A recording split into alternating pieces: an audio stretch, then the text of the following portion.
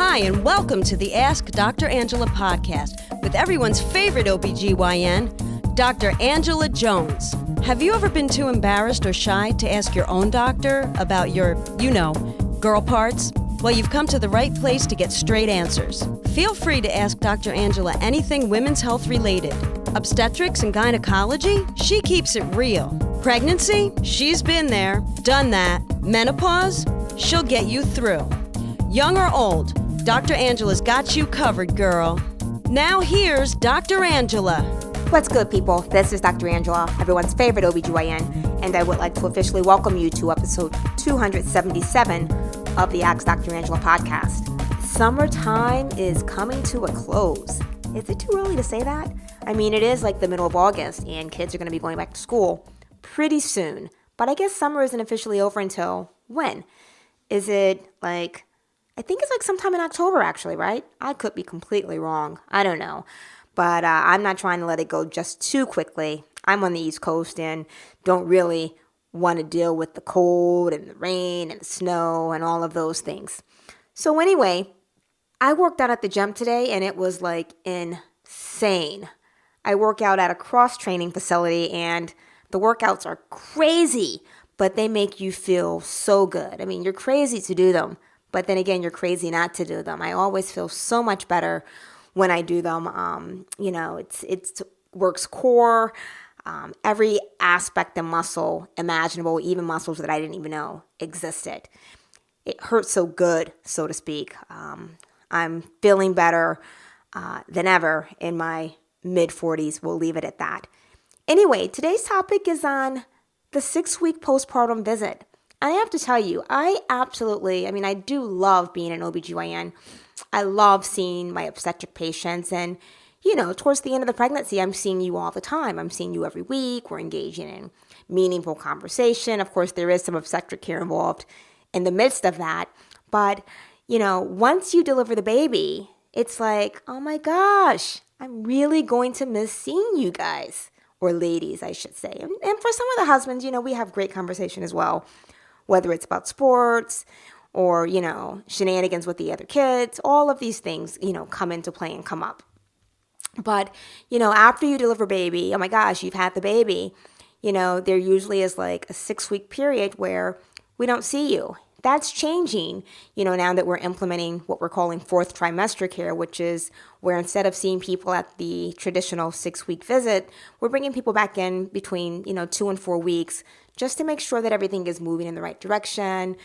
For those of you that have medical issues, whether it was high blood pressure or, issues with gestational diabetes, we're bringing you back in to make sure that those are well controlled. We're also making sure that you're doing okay emotionally, socially, because for first-time moms specifically, and even moms that have other kids at home, when you bring a new baby home, that can be so stressful, overwhelming, in fact. And so bringing you back sooner is a really good way to make sure that we detect the early signs of postpartum depression. But anyway, what are things that we typically talk about at the 6-week postpartum visit? Hello, you guessed it. How the heck have you been? We haven't seen each other either since delivery or since shortly before delivery. So I want to know what's going on with you. How are you doing? How are you adjusting to being home? How's the rest of the family? Do you have good support? Are there any signs of postpartum blues or postpartum depression at this point? If you had a C-section or bowel and bladder working okay, how's your bleeding? By the 6-week point, should have tapered off significantly. I will mention, however, that bleeding postpartum, whether it's vaginally or a C-section, i.e., route of delivery, that bleeding postpartum, which we typically coin as lochia, can last up to 8 weeks postpartum. So don't be surprised if you are still bleeding at the time of your visit. If you had a C-section, certainly we will look at your incision. If you had a vaginal delivery, we do inspect and examine the vagina to make sure that everything has healed up appropriately. We talk about feeding methods, whether you decided to breast or bottle. Remember, only you know what's best for you.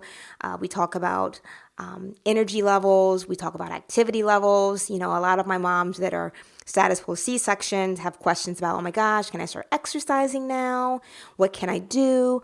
My general rule of thumb with regards to C-sections is I don't recommend any core work until you're at least 8 weeks out. And then, and only then, do I recommend that you kind of gradually ease back into it.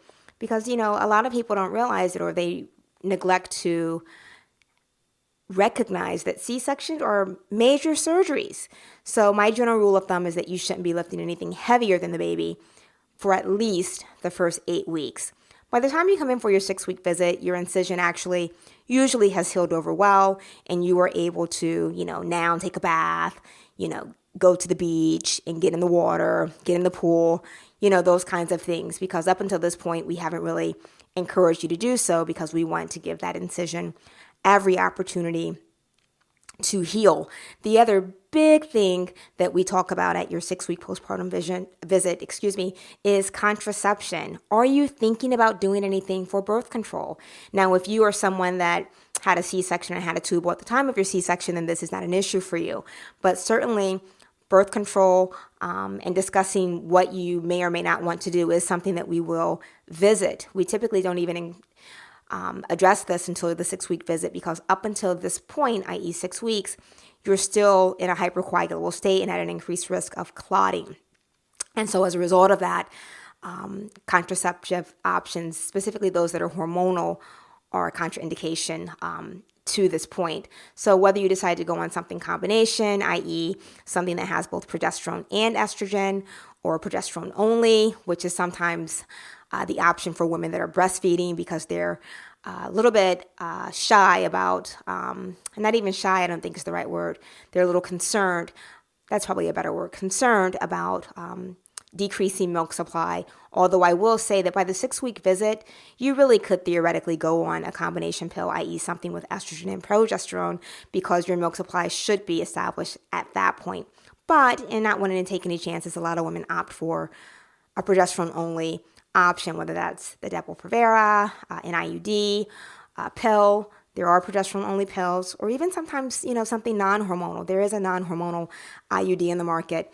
After this visit, and after we've made sure that everything is well with you, baby's well, family's well, physically you're all healed, we've talked about contraception.